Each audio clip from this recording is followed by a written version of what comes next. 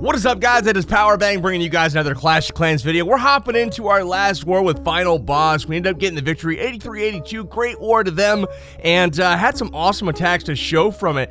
Hex got a little out of control with his balloons today. He dropped almost 40 balloons in his raid. We'll show that in just a little bit. But first, we're hopping straight into some Town Hall 11 action. So Mr. October taking on Tech 9 here, drops in some loons to help with an early funnel. And we've got a golem that's going to stay tanking all of that stuff on the right side of this base. Look at how fast that golem's getting melted. Like, holy cow, he can barely even get in the wall breakers. He literally can't get in the wall breakers. Thank God the test one was successful. Man, oh man, that was an insane amount of damage coming out of that golem. So we got the bowlers coming in next. A jump spell going all the way across to that middle compartment. That's not going to slow anything down.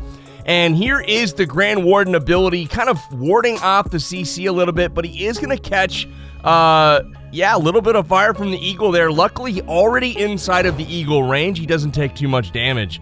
So the Queen steps over, is going to lock onto a storage here. They're trying to get that single target Inferno down. Unfortunately, Inferno's going to do a little bit too much damage, and the Queen wanders off a little bit too far away for her to take some swings at. But in come the Hogs from the bottom. Now, he does send the CC and some more Hogs from that left side. That's going to focus all those groups kind of towards the core.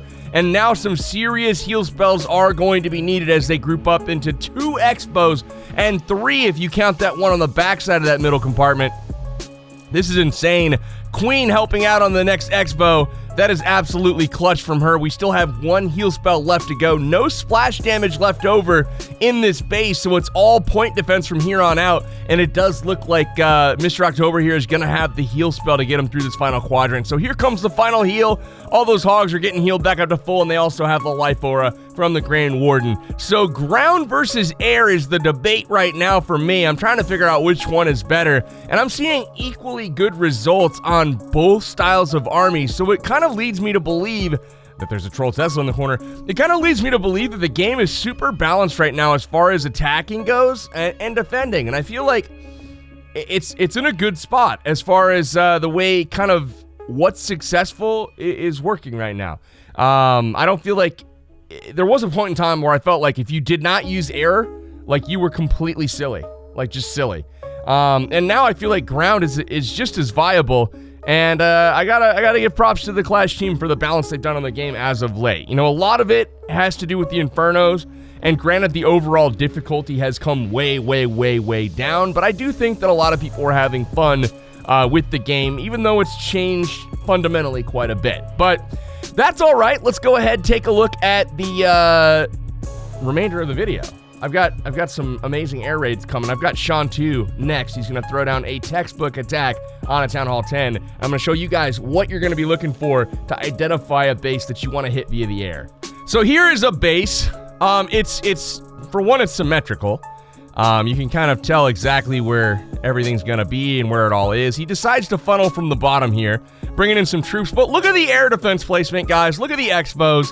Look at the Inferno Towers. This is something that the entire base can be tanked by Lava Hounds. As they go around from air defense to air defense, super easy to tank all of those air targeting defenses and make it for an easy air raid. Check this push out though, guys. 4 Valkyries along with the heroes. We've got the Baby Dragon and a couple Wizards to funnel. Into the core they go. They get the Queen taken out. Valkyries and King hop out once that compartment's clear and continue to work on this base. Valks are going to be taking out the gold storage and continuing on. Air defense goes down. Queen locks onto the CC here. It is going to go down as well, and she's going to continue on hopping through and taking out the air sweeper. She's going to get the Tesla in the core, going to get an Expo, going to be trying to get a cannon. I mean, this is insane damage here. And notice on the right side, those Valkyries, they're literally, they're not getting shot by anything. So everything getting cleared nicely, and they're getting free swings on the gold storage on the Town Hall, and they actually head out of play here. One of them hits a giant bomb and is cleared off the board, but that Valk is going to head on into the cleanup. But now let's just watch the entry here of the Lava Hounds. A couple into the first defense, but notice how everything in the area is firing at Lava Hounds. Nothing is firing at the balloons. These balloons are untouched getting into the core, and the only spot where they're not untouched touch, he's going to drop a heal spell to make sure that none of those balloons go down. They're soaking up traps. They're soaking up all kinds of stuff. Haste spell down, speeds it into the final quadrant here. Not quite enough loon drops there to take out the Inferno, but all we need is one more. This base is absolutely wrecked. Sean 2 showing you guys a textbook entry, and I just realized my mouth is blue. No way. I had a frozen icy thing. So, I looked at the camera and I saw my mouth is blue. Man, so professional I am today. Amazing. Sean 2 getting it done, though, for the 3-star here. Let's go ahead and hop into the next raid. We're going to be looking at Jeeper 5150. Alrighty, here's Jeeper. Check this base out, guys. I want you guys to pay attention to the push he gets from the kill squad here, as well as just this, he just smashes this base with Hog Riders. Man, you can't say I don't have any fun. Man, I got blue on my mouth, so that's cool. Bowler's so getting skip damage. Look at this. He takes out both of the bomb towers. He gets 3 buildings with 1 bowler, and he's not even done. Look at that. That's crazy. So in comes a Golem. Golem going to do some tanking. It looks like the bowlers are going to come in behind as well. He's funneling from the top. Wizards, bowler, and a baby dragon all combining for damage on the town hall. It falls super quickly.